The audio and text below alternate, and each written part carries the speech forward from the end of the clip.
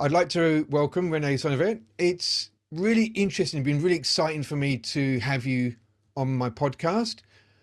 When I read your book, there was a lot of similarities in how we have approached things, but I think from very different angles. You've been incredibly successful for years, both from banking, tax law, CEO, directors. So you've had a phenomenal career in the institutional world. What made you look at this slightly different? Mm. Well, yes, and as human beings, we go through different loops in our lives, and the longer we or the further we go in life, we create all those new experiences. I call them actually the good, the bad, and the ugly, Me too. and they shape us, right? It starts when we're very young. Our parents shape us, and our educational system shapes us, and then maybe for some it's military service and university, and good or bad bosses in companies that we work for they shape us, or experiences we have as setting up our own business, whatever it is. Um, so I have been working with families for a long time as an external, as an advisor, as a banker, as a tax lawyer, but also internally I've been working with large family-owned companies in different places of the world. In my last stint working in corporate, I was working with Citibank as their family governance and corporate governance specialist, as I knew quite a lot about the systematical way of thinking in families. And what I started to experience more and frequently is that I was not at the best service. And one of the reasons was that very often families they came to me and said, René, look, we would like to set up family governance. And basically, we want to set up a system where we can build a sustainable family charter or something that keeps our family together in the next generations. And the company that we own, managed by family members of different branches and so on. So families, they want to have a system.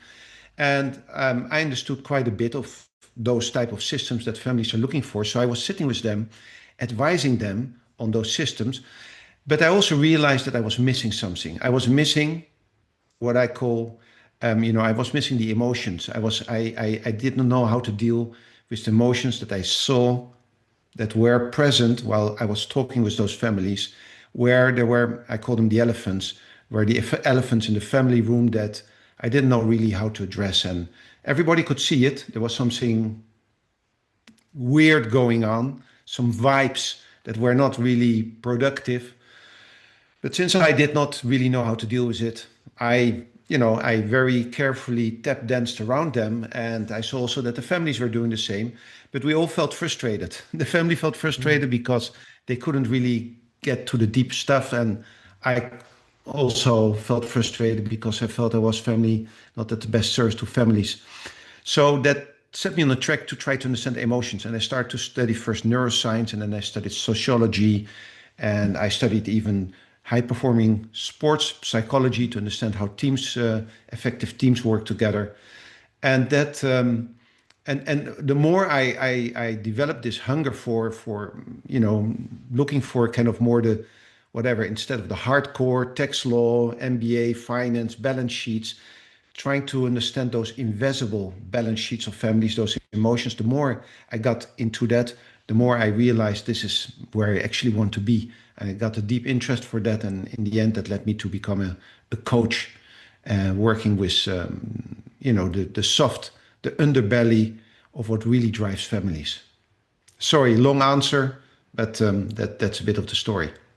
Now, look, I love that because I alluded to at the start of this that you and I have very, very similar philosophies. Apparently, called, when I've read your book, there was a lot of things that I went, aha. But I've come at it from a completely opposite end. I come from a sporting Right. background.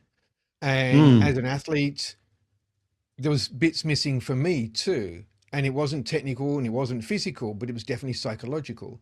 So that sent me down that sporting psychology route.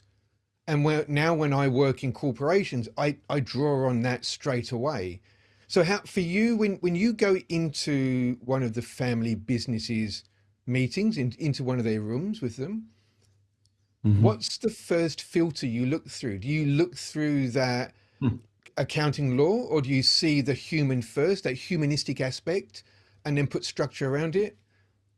Yeah. So I went totally off script in with respect to accounting or tax law or legal structures, whatever. I'm not interested in that anymore. I've been there. I've done that. There are fantastic specialists in the world that do that very, very well. I'm only looking at the emotions that are going on. And let's put it to a sports analogy. Um, you know, I work also as a mental performance coach with sports teams, and you know, they're great technical directors and trainers, physical preparation, dietitians.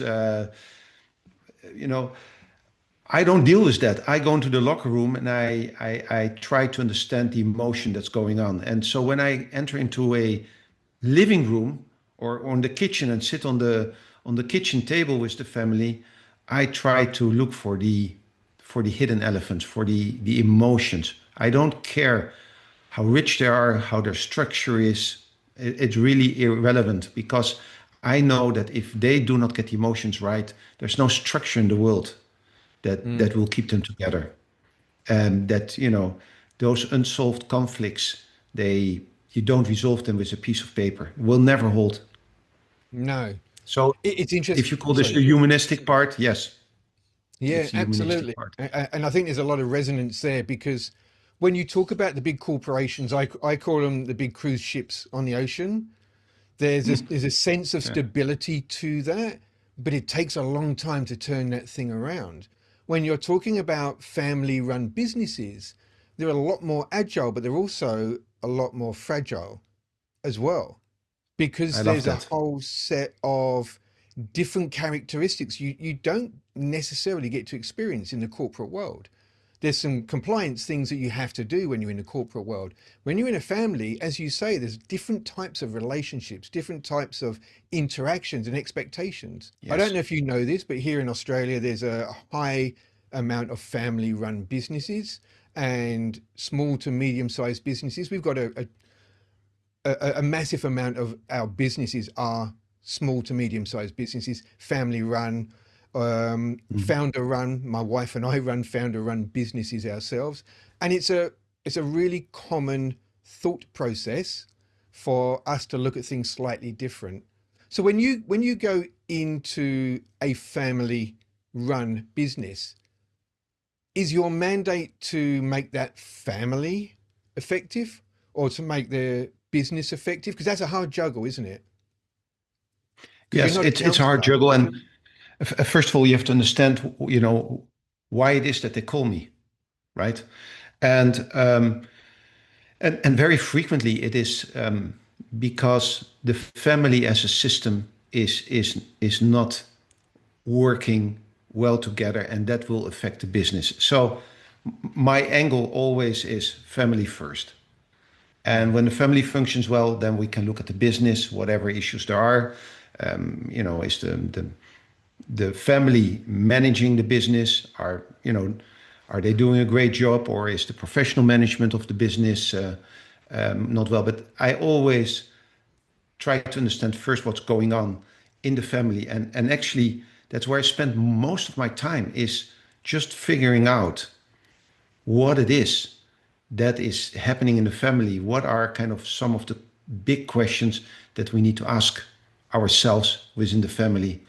And so I give you some examples. You might have a family where certain family members don't talk to each other.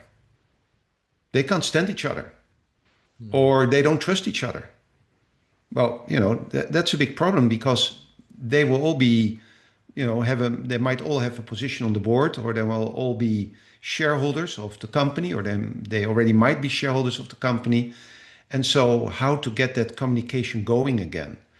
And in this respect, you mentioned the difference between the big corporations and the family-owned businesses. And by the way, What I'm talking about can be a small store or it can be a huge family. It doesn't, or a huge family company. It doesn't make any difference because the emotions are the same. Mm. And if things do not work, they are not well aligned in a corporate organization, in a publicly held company. Well, people will leave the company. They either leave because they're unhappy or they're being fired. That's how it Mm. is with family members. That's a bit difficult. So while family-owned companies can be much more agile, and you see that the most successful companies in the world are actually family-owned or family-controlled companies, because of this agility, we can make a big investment decision right here on the kitchen table. Do we like Mm. the deal? Yes, everybody behind it. Okay, let's do it, right? Yeah. But when we start not understanding each other, we stop communicating, we stop trusting each other. That is a power which is a multiple of what that same emotion can be within a corporate organization. Mm. So you have these huge advantages of family-owned businesses, but when things do not really are not aligned, then that can be so detrimental, a multiple stronger than in corporate organizations. And by the way, it's not only in Australia. Um, the largest part of global GDP is basically driven by family-owned businesses. And some data that blew me away is that the majority of publicly quoted companies are still family-owned or family-controlled or have a family presence. So we talk about more than 50% of the companies in the German, in the French, in the US stock exchange. They're Mm. pretty interesting That is and big. really, really interesting. And if you look at how we are educated to work within the corporate world, with those kind of statistics, you would think the family run, the emotional side, the dynamics of working with those high emotion families would be a higher priority in how we learn. Amazing. And so, what families, there are a few observations. One is families are very good looking at their financial balance sheets. There's zero look at the emotional balance sheet or at I call this the invisible balance sheet. Yeah. They don't do that. And only when things are really painful, and I give you an example, and where does this pain come very often?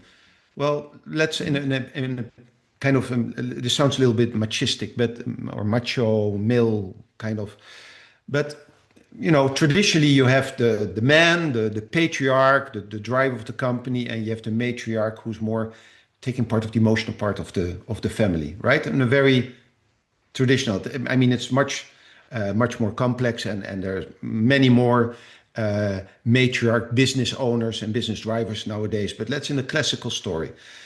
And so the patriarch is driving the business, and it's all about growing the business and moving it forward.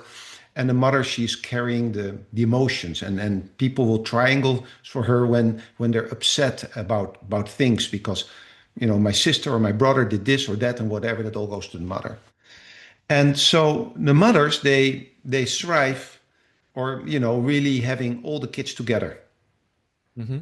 With Christmas, they're all together, or Thanksgiving in the US, or on the summer vacation, there's this moment, the whole family's together. And now the family gets to start broken. There's some things that do not sit well. You always see some family members that have an excuse not to be present at those family moments. Either say, no, this year we have Christmas with my in-laws. I can't come home, right? Hmm. Or no, I can't be in the family trip in the Mediterranean this summer because I have business dealings in Dubai going on. Whatever the Hmm. excuse is. And so there becomes this kind of sadness of, hey, we were always together. We're not together as a whole team, as a whole family any longer. And that's kind of a big wake up call for the people in the family that drive the emotions. And they say that this is not good. We need to Mm. do something. And then it's not about finance anymore. It is about just getting the family, in a very simplistic example, but getting the family together. Yeah. And that's kind of the one of the first big red flags that you see where families realize that more than the financial issue, we need to deal with our emotions. Mm. And as you were describing that, there's a few things that go through my mind. And coming from a high performance background, I'm looking at, okay, so at what point is there accountability? Because you're right, bringing a family together, having that emotional buy-in, that connectiveness, that legacy that we created is together, whether it be a family photo or a family business, it's all about memories and legacy, isn't it? So then you ask yourself the same question. Well, if we're coming together as a family, who's the right person to run the finances? Who's the right person to run the marketing? Who's the right person to deal with the staffing issues and the hiring process and firing process? Do you find that that's often lost? That specificity is lost because it's kind of like we're all in together here and we've all got to pick up the pieces of the puzzle to make the right picture rather than, you know what, John, he's the right person to manage that marketing, and Sarah, she's absolutely the right person to do the hiring and the firing. Yeah, so in the well-run family companies, there's absolute clarity about role clarity, role and responsibility, and accountability clarity. In the well-run family organizations, the ones that do not have that, they end in chaos and they disappear. They're either being sold or they go bankrupt because accountability is huge. Um, like in sports teams, there's accountability. So yes. Now, how do you get to that, to this accountability? It's really for families that feel and feel and are compelled to build some rules. And very often, look, a family starts with somebody in the family started with a project. Maybe they owned a piece of land, they had a business idea, whatever. Somebody started with something, opened a store, a shop, a repair center, started building a something. It started with something, right? And in that beginning, in that nascent part, nobody thinks about emotions because basically everybody is more or less in survival, right? This needs to grow. If not, we're done, right? Yeah. So there's no space for emotions, egos, everybody shoulder under the project and build it out. Now, once that our primary needs are being covered for whatever the company produces, that is where slowly, very slowly, but certainly emotions to start creeping in, right? Oh, but why does he have this job? I like this job. Why does he make so much money? I want to make so much money, whatever, right? Mm-hmm. People get married, there's influence from the partners, there are all kinds of things happening that did not happen in that building phase of the company, in that primary stage.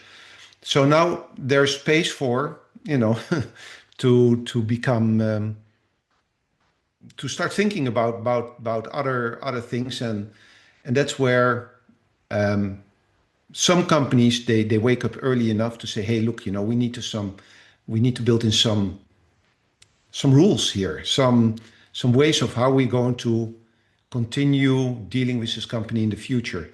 So some companies they work what I call the Barcelona Rules families, where they say, okay, everybody wants to work in this company of the next generation needs to have been successfully working in some other companies, needs to go through college, or has an university title, and when you apply for our company, you go through the same process as any external person, for Mm-hmm. example. So people start building in rules to, again, to create transparency, and that's really important. And companies that do not do that, family-owned companies, they, in the end, they they end up in problems. There's no clear accountability. There's no clear understanding of roles and responsibility. I've seen that very messy and painful. Yeah, and again, as you're describing that, I'm asking myself, okay, if we're going to, we talked a little bit about being a team dynamic and having that sport influence that comes in. You're either good enough to be in that team or you're not. And that can be quite difficult for for parents, particularly who are running maybe the business, to find that one of your children or one of your siblings aren't capable of keeping that same level of accountability, that high performance mindset. One of the things I've experienced a lot is we're playing a team game, but somebody is more of an individual athlete or Mm, individual. So then, how do you navigate that? Because what I have to try and sit down and do is work out how does that cog fit in the big scheme of things. If they want the whole yeah. family to be part of this process, then where do you put the individual? Yeah. Is that something that you've ever Uh, experienced? oh, all the time. And but I like the analogy to the team players, and you can almost see this triathlete, world champion triathlete, and you can see the All Blacks, Yeah, or the absolutely. Yeah, Wallabies good. in your country, Yeah, right? yeah, I yeah. mean, you see the difference, the individual herd locker, or the team purpose, and the team effort. So Mm. first of all, not everybody wants to work in the family-owned business. Full stop. And sometimes the best doesn't want to work there, and the lesser stays. It depends. So that's the first thing. Um, so the family wanting everybody to work in the family business, that might be a story of the past, but today that's certainly not the case. People are much more independent than probably they were 40, 50 years ago, where there was more kind of maybe more a stronger sense of duty, because the way we were growing up, right? I mean, I cannot compare myself. I was born in the 60s. I grew up in the 60s as a kind of So, post-war generation in Europe with the millennials. And it's not better or worse, it's just different, right? I didn't have that many choices, or influence, or information as the new generation have. So people make different choices, and this kind of you must work in the family-owned company, that just doesn't exist. Some people like to be doctors, and that's great, or plumbers, or airplane mechanics. I mean, everything is possible. So that's one thing. Now let's say that a situation where you have the two kids, just a kind of black and white. One likes to be is a team player, great for a corporate officer in the company, and the other wants to be independent or kind of individualistic. Well, some families, what they do is they set up venture capital opportunities where the individualistic, or the person who wants to become more independent, can start running a project by themselves. So, there are many good answers to such a situation as mm. well. Yeah, that's interesting, isn't it? And so, do you get to be involved with a lot of the hiring of family dynamics of, so we've got the son who wants to be part of that. Do they consult you in that area and say, well, we want him to comes in, he wants to come in or she wants to come in, but it doesn't necessarily Mhm. fit our current dynamic? Yeah, yes, with the development, yes, I'm involved. It's not that I do it, but I help the family thinking through what it means. In my book, for example, I describe a situation of a German family I worked with, where the father wanted the daughter to become the next CEO of the company, and the board did not agree with that. And although he said she's ready, the board said we don't think so. And now he could have driven that decision, because he was by far the majority shareholder in the company, and he could have basically, overruled his board. He is also the chairman of the board. It is never a good idea to go against the majority vote of a board, and it can give some mixed messages to.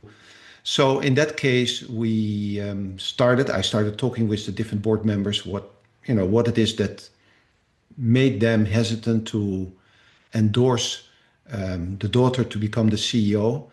And we spoke about that, and we set up a plan. We hired, not me, but what came out of that conversation was it would be a good thing to have an interim CEO, a very experienced person to lead the company, and she would be tutored by him, and she did for several years. And also in the coaching, what came up is that she said, "Look, I can see where the board's coming from. My father, he loves me to death, but actually within me, in my system, there are some saboteurs that wonder if I'm really good enough, and they are pretty destructive. And they take away the joy. If I would be the CEO now, I would have be walking on the top of my feet." And so she was very happy with that interim decision of bringing a CEO that would be there very clearly for a period of maximum 5 years, and then again to come to a decision if she would be ready to take over the CEO position. So yeah. And that does lead very neatly into the whole coaching methodology, doesn't it? When a performer isn't quite ready, they do tend to shadow the more senior players. And so that leads me to ask a question about coaching. Right. In the sporting world, it's very common to just assume everybody has a coach. Most athletes Yep. would put their hand up and I turn love around that. and say, Yeah. I can't get to where I want to get to without specific coaches. Yeah. When we think about the financial and the corporate and the business world, coaching can Mm. be seen and perceived very differently. How have you navigated that as a title? Yeah. Well, let me first of all talk about the personal experience. Um, when I was 33 years old, for different reasons, I came to a top position at the UBS bank in Switzerland. I was the youngest managing director in the entire organization at that moment, and I considered myself a little bit like a top athlete in this respect, different in the corporate way. And to me came that thought, if top athletes and top sports people they work with coaches, why should I, as a top performing corporate officer, why should I not have a coach as well? And so I asked for that, and I'm talking about 1995, 96.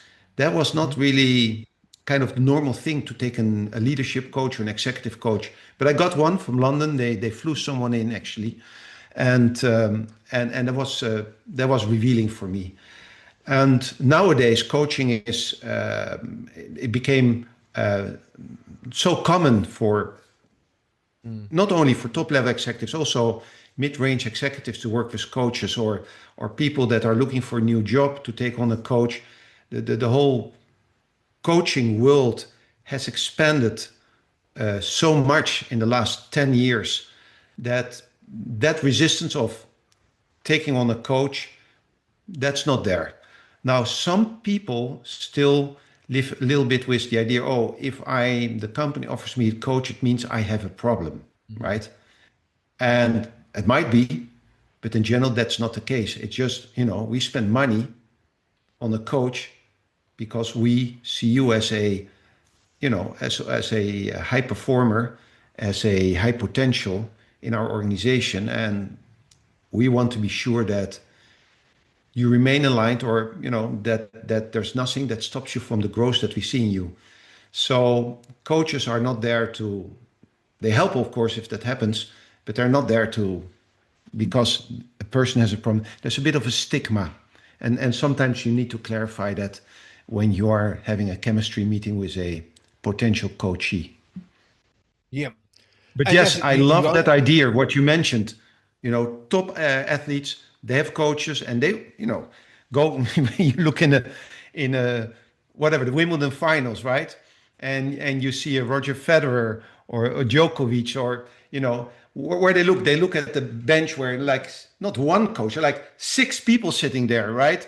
making some weird signs telling him what to do, or very calm. And it's the physical trainer, there's a technical trainer, there's the mental trainers. I mean, they're all sitting there. And so they're surrounded.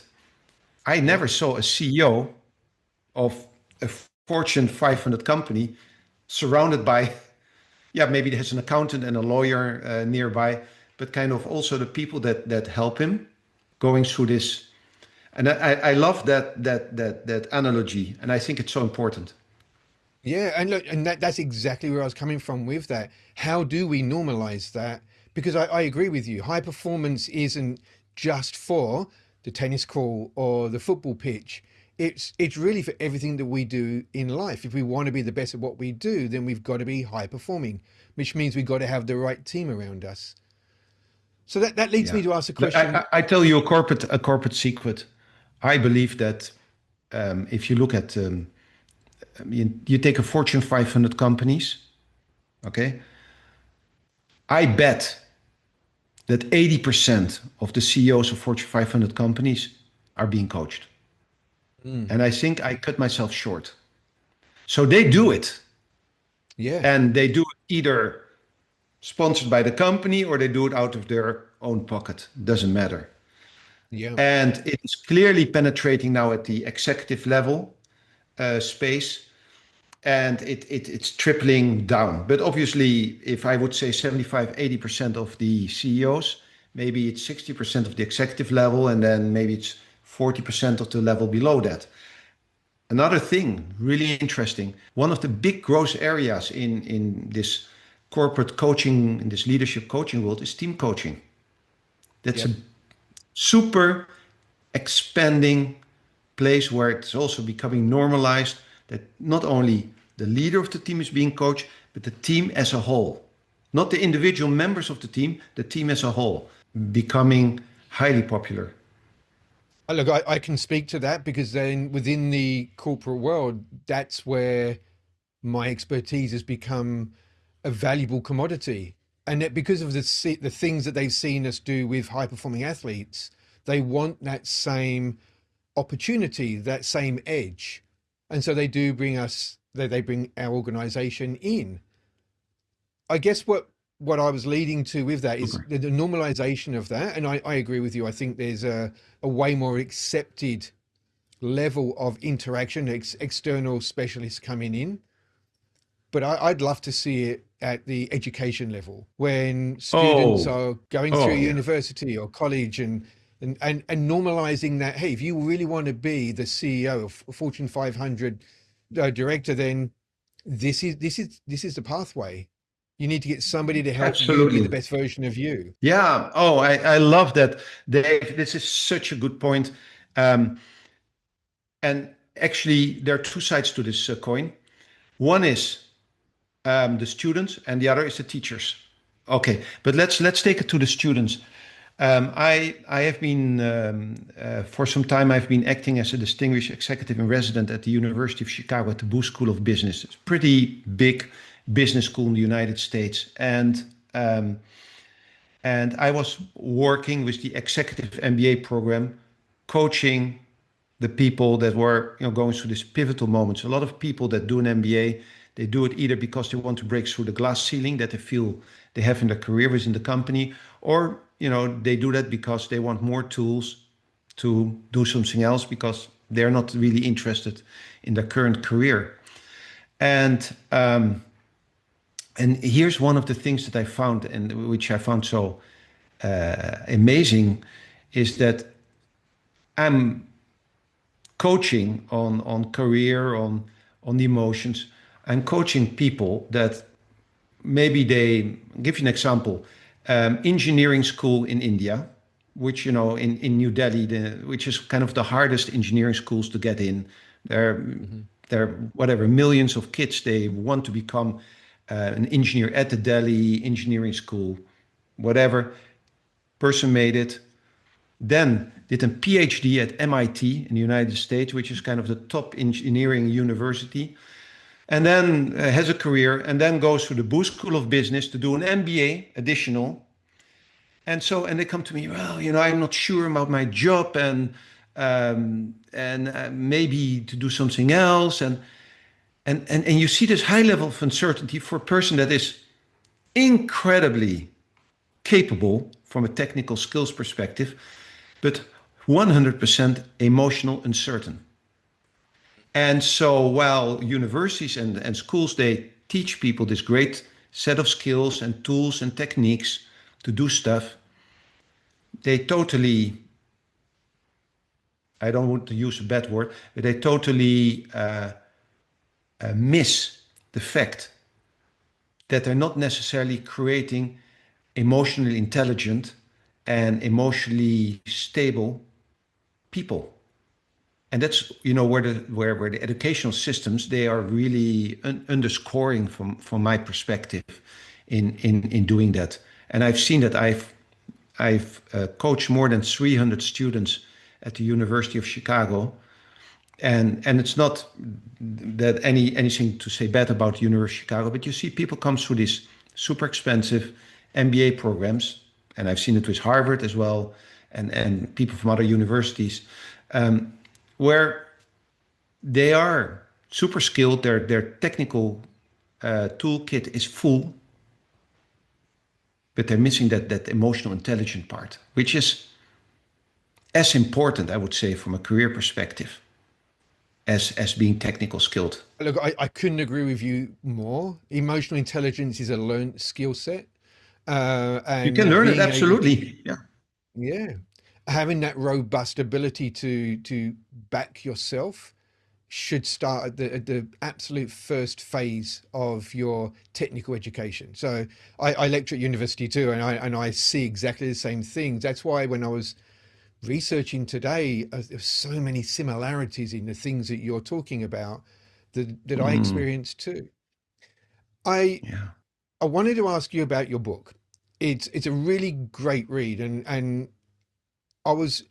Please don't take this wrong way. I was really surprised at how good it was because I think the things that you talk about are the unspoken, and is that there's lots of us have read lots of different books, and they miss those really key components. So what made you want to write the book? What made you did you just see a gap in the market for that kind of information, or what was the impetus for that? Yeah, it was not so much a gap in the market. I just saw that there's no book really that addresses this in a practical manner. So there are incredible good business books and family business books. There's some books that I have there that I treasure, but they do not go into this emotion aspect. Technically, they're superb. I learned a lot from them, but there's no book that really addresses from an emotional, practical perspective this. And I had to find it the hard way. There's no course of what I do, what I practice. It's not that I can go to university and they teach me what I do today. What I'm doing, it's really a compilation of many different experiences, life experiences, professional experiences, and study experiences. And I wanted to share that with the world, those experiences, and that's what compelled me to write this book. Now, I was blessed to have great editors, because the book that I wrote, since I wanted to write about my experience, it became more of an autobiography. So when they read it, the first 70 pages, it was redlined. And yeah, but this is good stuff. Yeah, but it's Yeah. really not relevant, for what you want to achieve. And yeah, it came to a product that I'm really I'm happy with that. Um, you know, I it's also a kind of vulnerability, right? It's weird. I don't know, Dave, if you wrote a book, but when Mhm. you start writing a book, you do it for yourself, and then becomes something more. And then for the first time, when you send your manuscript to your editor, it's kind of how's that kind of a schoolboy, right? How is this going to come back? Do I get a plus, a minus, a B minus, whatever? And so it came back, and there was some red line stuff, but there was also some good stuff, and then it started shaping, and the group of editors became bigger, and it was okay. But then one moment the book is finished, and now it goes, into the market, and then you have to wait for kind of, what the market, which the genie is out of the bottle, you can't put it back, it's out there, and people can like it or dislike it. And so there's a very interesting vulnerability part with it that I never realized that I would feeling, because this first book I wrote, but it was an interesting experience. Yeah, look, I concur. I've written a couple of books. I went from a completely different angle again, which is I went for the much younger reader and language patterns and things like that because I wanted to get Mm. in and normalize that at an early stage. But I completely agree to this day, and I wrote the books quite a long time ago. To this day, I still have that vulnerability where you kind of go, is it still relevant? But I think it's such a critical thing that you've done. Who's the book specifically for? When you were writing the book, you said a lot of that was for you. However, who was the avatar Mhm. you had in mind? Was it the family business matriarchs, or was it the corporate world? Was it your students? Who was the people that you had in mind when you were writing? Um, the book, and actually the writing was much easier than I thought it would be, because there's a lot of own experiences in it, right? I had to do some research, but there's a lot of I could write a lot from the heart, because I've been there, I've done that, and so I could write on that. I could write about that. Um, and where I've been is family-owned businesses, so it was firstly addressed to people, families that own a business. It can be small, can be big, doesn't matter. Same emotions. That was the first purpose of my book. But then starting to think through all those many hours that I have been crafting the book, it's actually also a book which is great for people that are advising, like I also was, families. So you can be an accountant or a tax lawyer or a trust specialist or a wealth planner, or you know the moment you start working or advising families, or you can actually work as a senior officer in a family-owned business. The moment you start working with families, it's quite important to understand what's going on, and to start identifying that, and getting some tools on how to deal with that. How do you deal with a family owner very passionate about the business but not directly involved with the business? The only thing is he or she has shares in the business, calling you and giving you some orders, or telling you some stuff that is kind of would be impossible in a corporate environment to do. I mean, I cannot call the human resource manager in NVIDIA and tell him to take on, or her to take on a friend of mine Mm. to give them a job, although I own one share in NVIDIA, right? Um, I'm a shareholder of NVIDIA, but I have no Yeah. role in NVIDIA. And so very often those boundaries are being overstepped. And the moment you start understanding not so much that the person calls you, which is wrong from a corporate governance perspective, but kind of what are the driving emotions, you can deal better with that.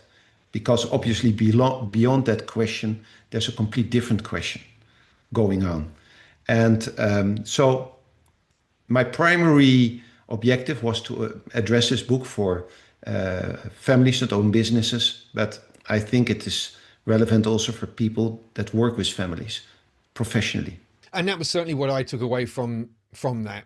And I think the education component to it, you're introducing the conversation, and that's something that's often very difficult. People Mm. think outside the box a little bit when they're running the family business or they're a founder-owned business because they have to. It's a necessity.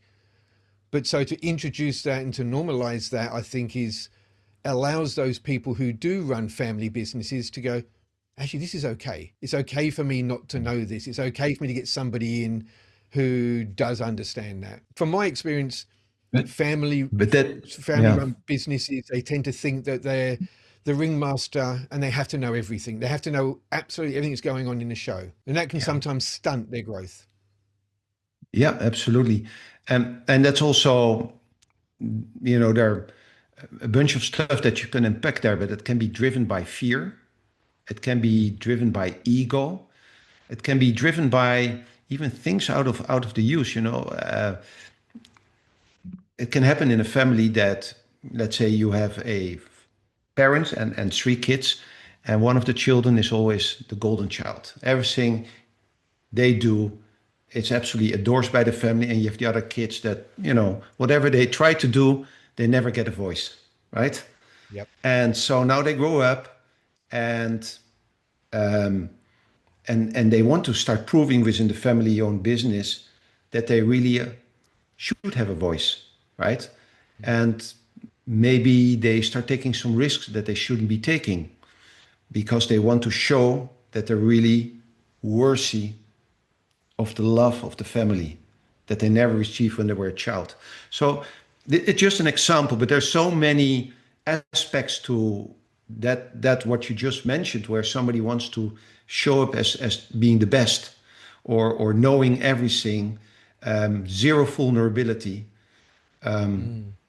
because they need to prove something, or zero vulnerability because they're scared that if they show they're vulnerable, maybe a nephew will take over their position that they want to have. Mm.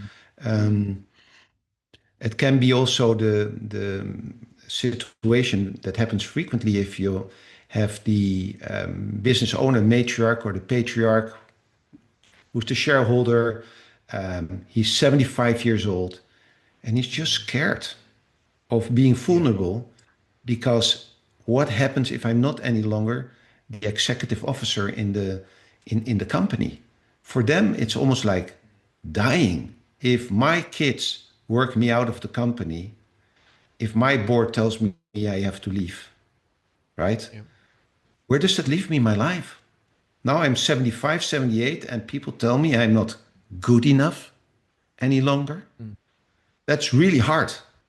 That's super hard, and it's something which is frequently recurring in family-owned businesses, and it's so important, therefore, that people in a family-owned business always have a purpose, and if they do not work in the family-owned business, also that they find some purpose, something that makes them feel whole.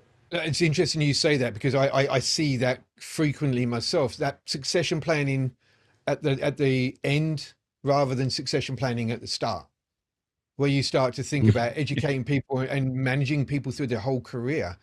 You spoke about, and I'm very conscious that we're coming up to the end of our time together, but you spoke earlier about people's identity and being, are you the favorite child? Are you the one that gets away with things? Are you the one that's constantly trying to prove a point and maybe take risks that you shouldn't in order to get attention?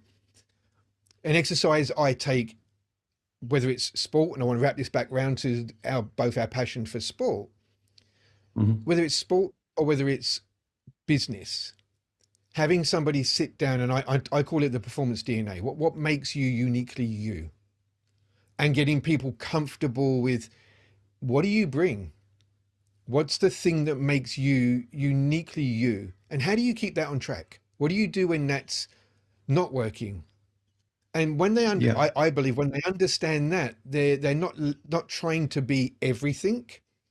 They're more comfortable with being who they are and what they bring. The best version of them, everyone benefits from. yeah, and that works both in sports teams as in family organizations. The most important thing is, I find that the people I work with, that they understand that I'm not weaponized by one stakeholder in the organization.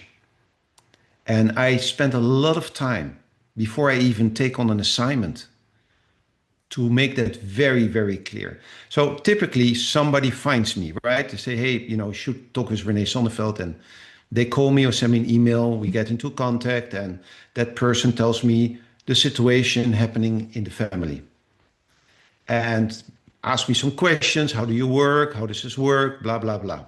Okay.